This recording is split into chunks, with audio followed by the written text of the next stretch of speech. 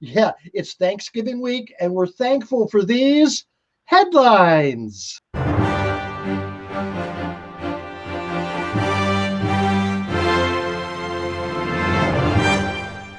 So, Jared and Ivanka moved their kids out of their school during the recent White House coronavirus outbreak.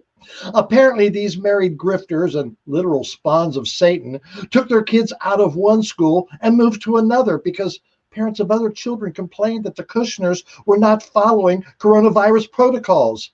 Yeah, go figure. Of course, Javanka. Uh, of course, Javanka said the reason they switched schools was because they wanted their kids to have more in-person teaching. Yeah. Well, it's all for nothing now because the new school has switched to digital learning. Evidently, no one wants their kids or their disease. I guess this means they'll be homeschooling their kids now. Wow, that's horrifying. What kind of education will those two offer their children?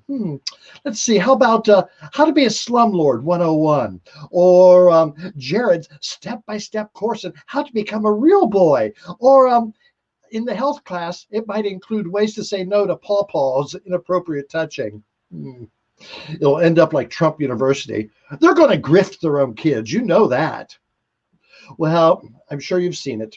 But Rudy Giuliani's hair dye dropped off his head during his election lawsuit press conference for all the world to see. I'm assuming that's hair dye. For all I know, that could be straight COVID oozing out of him. Even the COVID wants nothing to do with this BS election fraud case. There's also a clip of Rudy blowing his nose into his handkerchief and then wiping it all over his face. Now, I know people who married their own cousins are gross, but this is just too much. And yes, he did marry his own cousin. Now, in other Rudy-related news, Pennsylvania Lieutenant Governor John Fetterman, compared Rudy's performance in court this week to the exploits of Lionel Hutz, a hapless cartoon lawyer from The Simpsons.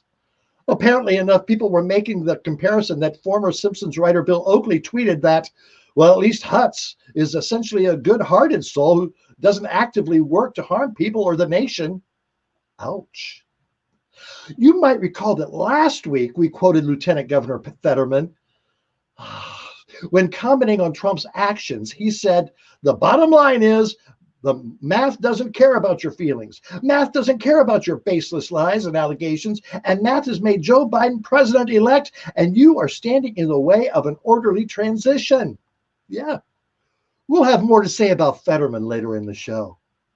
Well, in other news, it's been reported that Don Jr. has now tested positive for coronavirus. So I guess we can scratch cocaine off the possible cures for COVID list.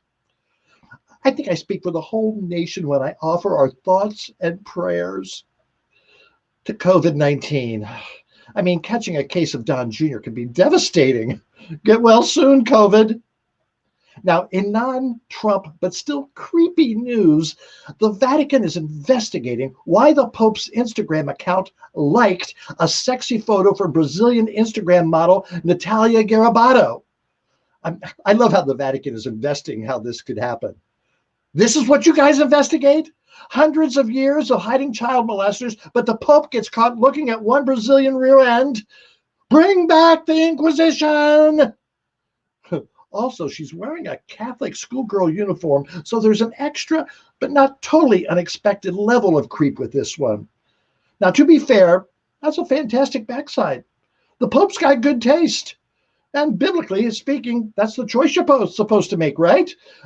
I think the Vatican is confused because it's not an underage boy. Come on, Holy Father, you got a reputation to maintain. Well, changing the subject, getting back to Thanksgiving. Now, since we can't all gather with family or friends for a Thanksgiving Day dinner, I've come up with a great idea. Let's have a viral Thanksgiving.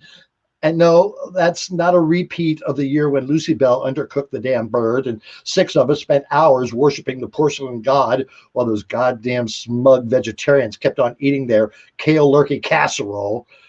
On second thought, who had it worse? Anywho, from my virtual feast, it would be like a potluck party.